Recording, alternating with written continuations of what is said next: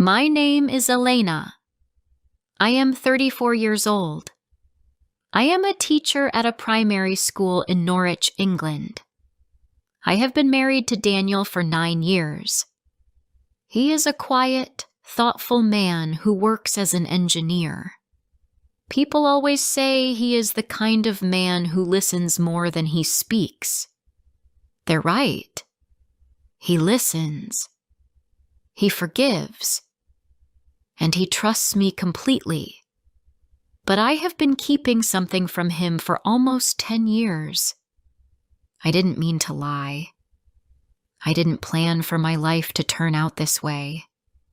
But sometimes, one mistake becomes many, and then it becomes your whole truth. Before I met Daniel, I was in love with someone else. His name was Ray. We met during my last year at university. He had a big laugh and wild ideas. He wasn't like the quiet, careful people I grew up with. Ray was exciting. He wanted to open his own business, travel the world, live without rules. I loved him for that. He made me feel free. We were together for 2 years. We dreamed about moving to Manchester and starting a new life together. But my family didn't like him. His parents didn't like me either. They said we were too different. Different beliefs. Different goals. Different everything. I tried to fight for our relationship, but Ray changed. He became distant. Then one day, he was gone. He left without a word. I tried calling, but his number didn't work. I sent messages, emails. Nothing came back. I thought my heart had stopped beating. Then, a few weeks after Ray disappeared, I found out I was pregnant. I sat on the bathroom floor with the test in my hand, shaking.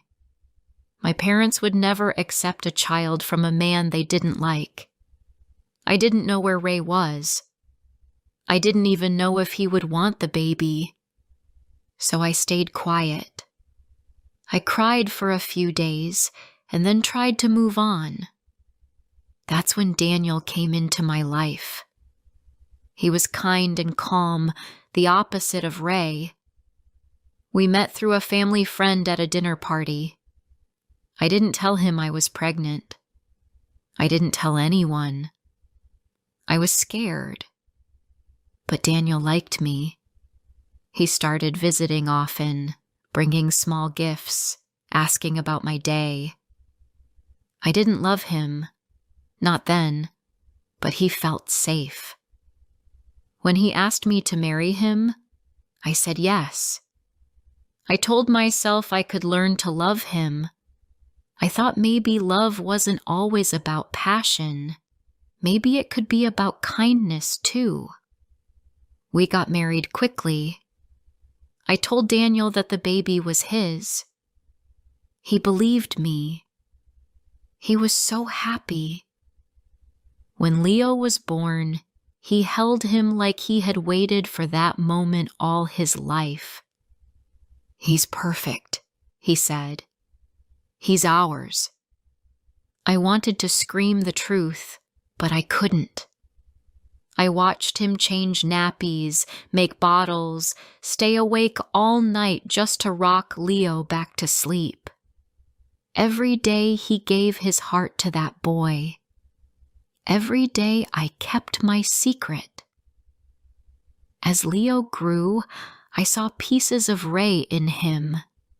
His dark hair, his sharp chin, the way he smiled when he got what he wanted. Daniel didn't notice. He thought Leo looked like me. And maybe he did, a little. But I knew the truth. Every time Daniel kissed Leo's head or called him my little man, it hurt. I knew that love was built on my lie. Years passed. We became a normal family. We went to the park on Sundays. We took photos at the beach. We celebrated birthdays with chocolate cake and balloons. Daniel never doubted anything. He was a good husband, even when I didn't deserve him. And I was a good mother, I think. I tried my best. But the guilt never left me. One day, everything changed. It was a Saturday. Leo had a school football match, and Daniel and I were both there. We cheered and clapped as he ran across the field. Then, without warning, he collapsed. He fell to the ground and didn't move. The coach ran. I screamed. Daniel rushed to our son and held him. An ambulance came, and we followed it to the hospital. The doctors said Leo needed blood quickly. They checked Daniel's blood type first. He agreed right away. But later, the doctor returned with a strange look. "Are you sure you're the father?" he asked. Daniel stared at him. I froze. My hands were cold. The doctor explained that the blood types didn't match. He said it was medically impossible. Daniel didn't say a word. He just sat in the chair, staring at the floor. That night, I told him everything. I told him about Ray, about how I found out I was pregnant, about why I lied. I cried the whole time. Daniel didn't stop me. When I was done, he stood up and walked into Leo's hospital room. He didn't say anything to me. I stayed in the hall alone. For the next few days, we barely spoke. Daniel stayed busy taking care of Leo, and I stayed in the shadows. I didn't know what to do. I didn't know if he would leave me. But he didn't. He stayed. A few days later, Leo came home. He was still tired but feeling better. One afternoon, we got a call from school. Leo had hit another boy. Daniel and I were shocked. We had never seen Leo act like that. When Daniel asked him why, Leo said, "That boy told me you're not my real dad." My heart stopped. I looked at Daniel, but he was calm. He nodded slowly. Then he hugged Leo and said, "That's not true. I'm your dad in every way that matters."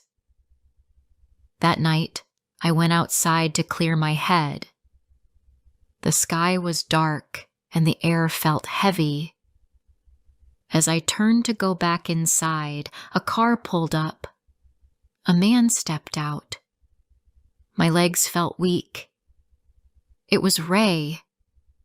He looked older, more tired, but still the same. He walked toward me.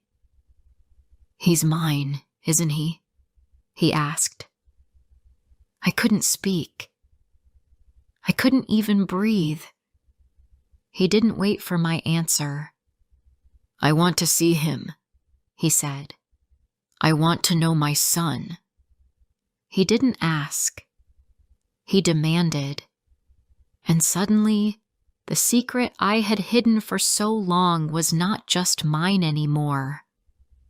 Ray wanted answers. And worse, he wanted rights. I didn't know what to do, but I knew nothing would ever be the same again. Before I share the rest of my story, I need to know, where are you listening from? Knowing someone hears me, understands me, gives me strength. Ray didn't shout or raise his voice, but there was something sharp in the way he stood, something that made my hands shake. He hadn't been in our lives for a single day, yet he stood there like he had the right to everything. "I've watched from a distance," he said, "and I know that boy is mine." I didn't say yes, but I didn't say no either. My silence was enough. Ray saw the truth in my face, in my fear. "I want a DNA test," he added. "If he's mine, I'll take care of him properly." I could barely stand. Ray had vanished when I needed him most. He left without asking what happened, without caring if I was okay. Now he wanted to come back. Not for me, but for the child he never knew. I opened my mouth, but nothing came out. Then, from behind me, the front door opened. Daniel stood there, holding a mug in his hand. He saw Ray, saw me, and understood everything in 1 second. The three of us stood in the front garden like statues. Ray looked straight at Daniel. "We need to talk," he said. Daniel gave a short nod and stepped aside. "Come in," he said, his voice calm but cold. Inside, Ray sat on the edge of the sofa while Daniel stood by the window. I stood in the kitchen doorway, watching like a stranger in my own home. "I want to know my son," Ray said. "You can hate me. You can call me whatever you like. But I have a right to see him." Daniel didn't move. His hands were in his pockets. "You have no idea who that boy is," he replied. "You weren't there when he took his first steps. You didn't stay up when he had nightmares. You didn't sing to him or teach him how to tie his shoelaces." Ray's face tightened. "That's not my fault. I didn't know. She never told me." I felt a wave of shame crash over me. He was right. I hadn't told him. I had made that choice. "You left," I whispered. "You disappeared. I was pregnant and you were gone. I didn't even know how to find you." "I would have come back," Ray said, looking at me now. "If I had known. I wasn't ready back then. But I am now." Daniel gave a soft laugh. "Ready now? That's nice. But we've already done the hard part. You don't get to walk in now and act like a hero." Ray stood up. "Then let's do this properly. Let's get the test. If he's mine, I want shared custody. I'll take it to court if I have to." My knees felt weak again. Court. Lawyers. Papers. I had never imagined it would go this far. Daniel looked at me. "Is that what you want?" he asked. "To turn Leo into a legal question?" I shook my head quickly. "No, I don't want that." Ray said, "Then give me what I'm asking for." The next few days were a blur. I couldn't eat. I couldn't sleep. I was scared for Leo. Scared that this fight between two men would tear him apart. We decided to speak to a family lawyer. The lawyer told us we couldn't stop Ray from requesting a DNA test. If he proved he was the biological father, he could ask for visitation rights. Or worse, joint custody. Daniel didn't say much. He went quiet again, like he was building a wall around his heart. I asked him one night if he still wanted to stay. "Do you still love me?" I said, my voice barely above a whisper. He looked at me for a long time. "I love Leo," he said. "And right now, that's what matters." Ray got the test. We all went to the clinic together. I sat in a corner with Leo while the nurse swabbed Ray and Daniel's mouths. Leo looked confused, but I told him it was a checkup. I hated lying to him again, but how could I explain something so heavy to a child? A week later, the results came in. Positive. Ray was the biological father. I had known the answer already, but seeing it in writing still hurt. Daniel read the paper and quietly put it down. Ray asked for visitation. Daniel wanted to object, but the lawyer said we had no strong reason to deny him. Ray got every other Saturday. It felt like the beginning of something we couldn't control. The first time Ray picked Leo up, it was strange. Leo didn't know who Ray was, but he went along with it because I asked him to. When he came back, he seemed fine. "We went to a zoo," he said. "He bought me ice cream." I smiled and nodded, but I didn't feel right. Something was changing, slowly but surely. Then something unexpected happened. After a few visits, Leo asked Daniel, "Are you still my dad?" Daniel froze. I saw his hand tighten around his tea mug. "Of course," he said. "Why do you ask?" Leo looked down. "Ray said he's my real dad. He said I came from him." I wanted to scream. I wanted to call Ray and tell him to stop. But I stayed quiet. I watched Daniel bend down and look Leo in the eyes. "Listen to me," he said. "A real dad doesn't only give you life. A real dad stays. A real dad loves you every day.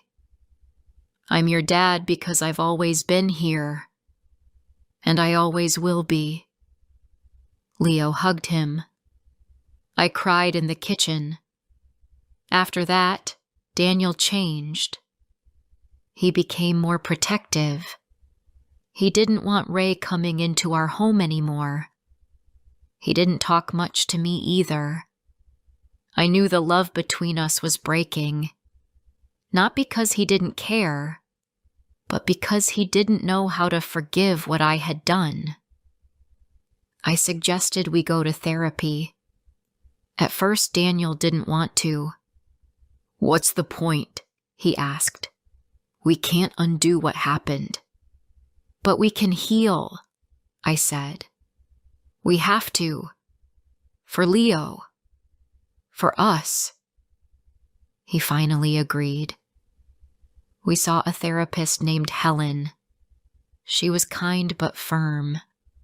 She asked us hard questions.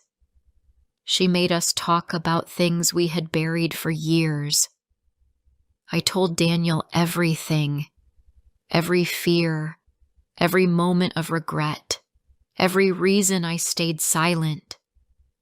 He told me how alone he had felt after the truth came out, how he wanted to leave, but couldn't walk away from Leo. One day, Helen asked, "Daniel, what do you want most right now?"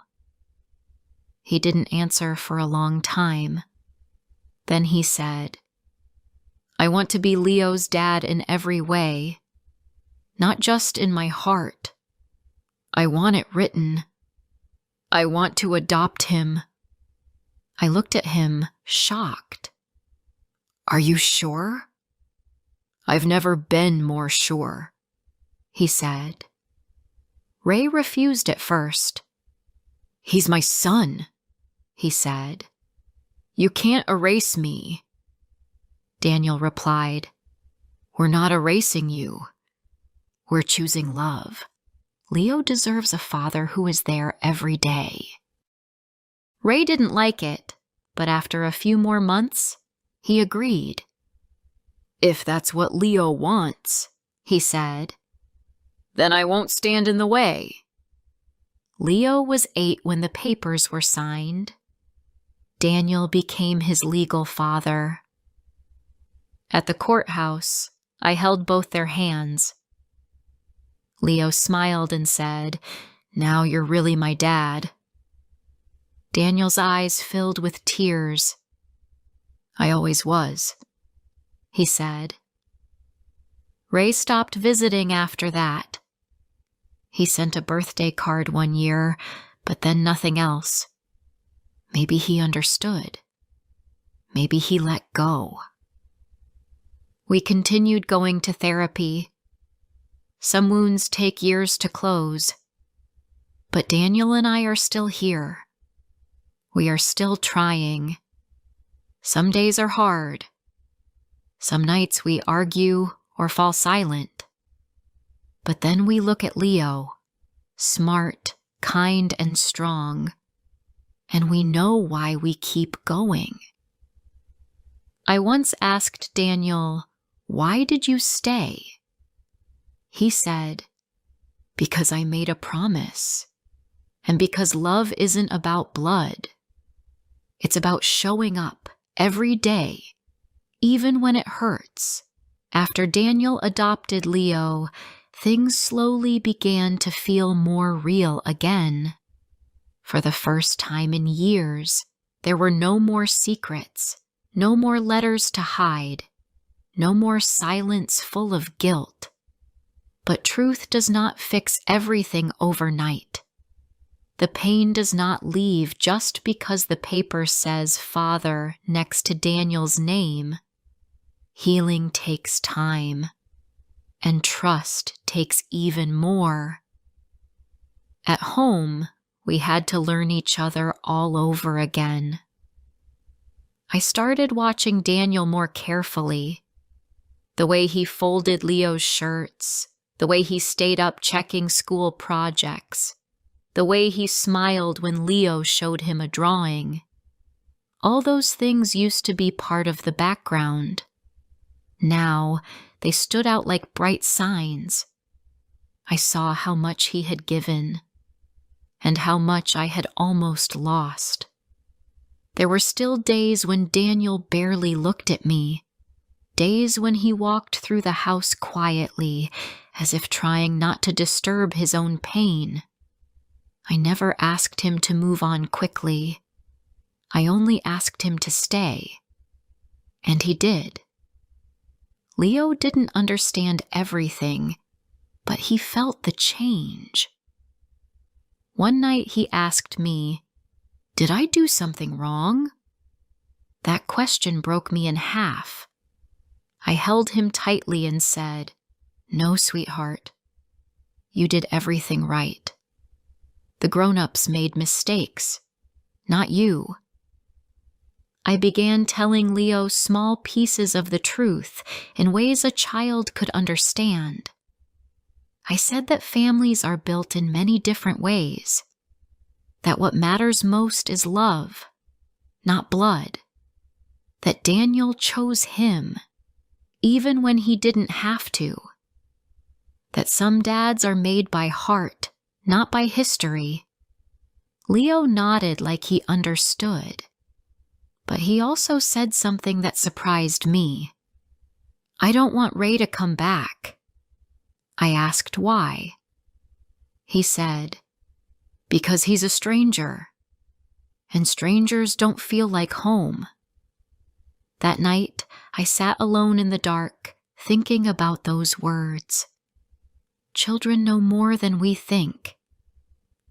Daniel and I kept going to therapy. There were still hard conversations. One day I asked him, "Do you forgive me?" He looked at me and said, "I'm trying, but some days I still feel like a fool, like I built a life on sand." I understood. So I said, "Then let's rebuild it. Slowly. Brick by brick." And that's what we did. We started making new memories. Not to forget the past, but to give it a new shape. We traveled to Cornwall one summer. We walked on the beach, picked stones, and laughed when Leo ran into the cold water without warning. We took photos, and in each one, Daniel's hand was always on Leo's shoulder. That hand, steady and kind, told the real story of our family. The most powerful moment came a year later, on Leo's birthday. He was turning 9. We had planned a small party with some of his school friends.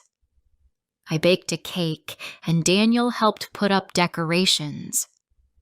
Leo had asked for one special thing, a speech from both of us.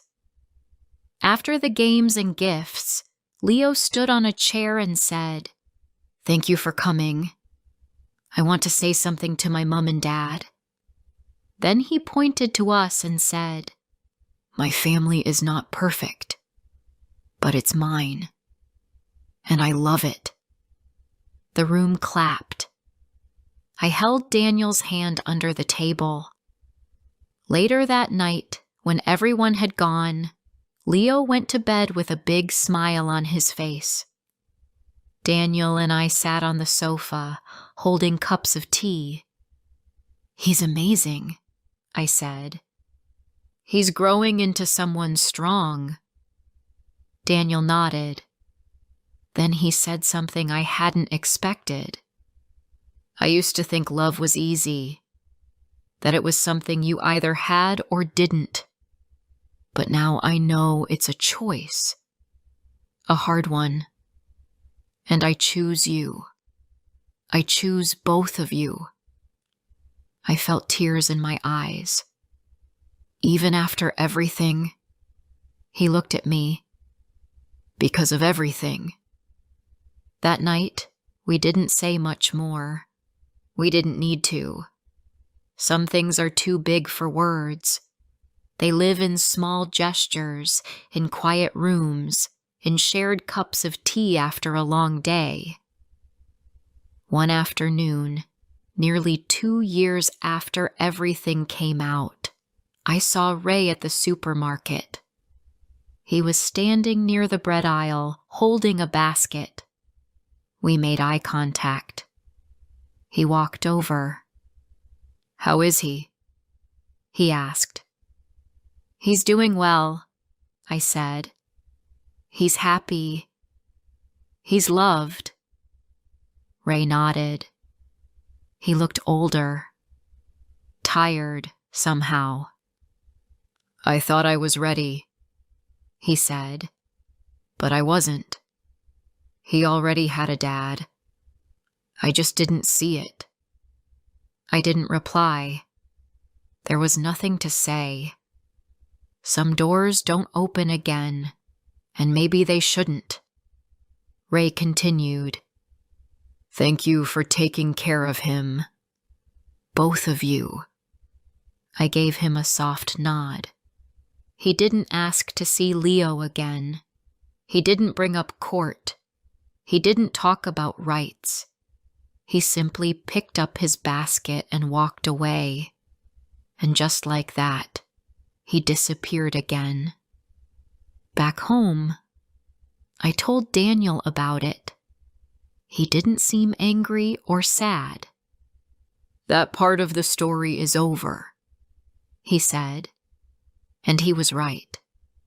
Now, 3 years have passed since that day at the hospital, the day everything fell apart. Or maybe the day everything began. We still have tough days. Marriage is not a movie. Love is not a clean road. But our house is full of warmth again. We eat together. We talk more. We say, "I'm sorry," faster. We say thank you more often. And we tell Leo every day that he is enough, that he is wanted, that he is loved. Sometimes I still think about the past, about what I could have done differently. But then I remember where I am now, and I know the truth saved us, even if it broke us first.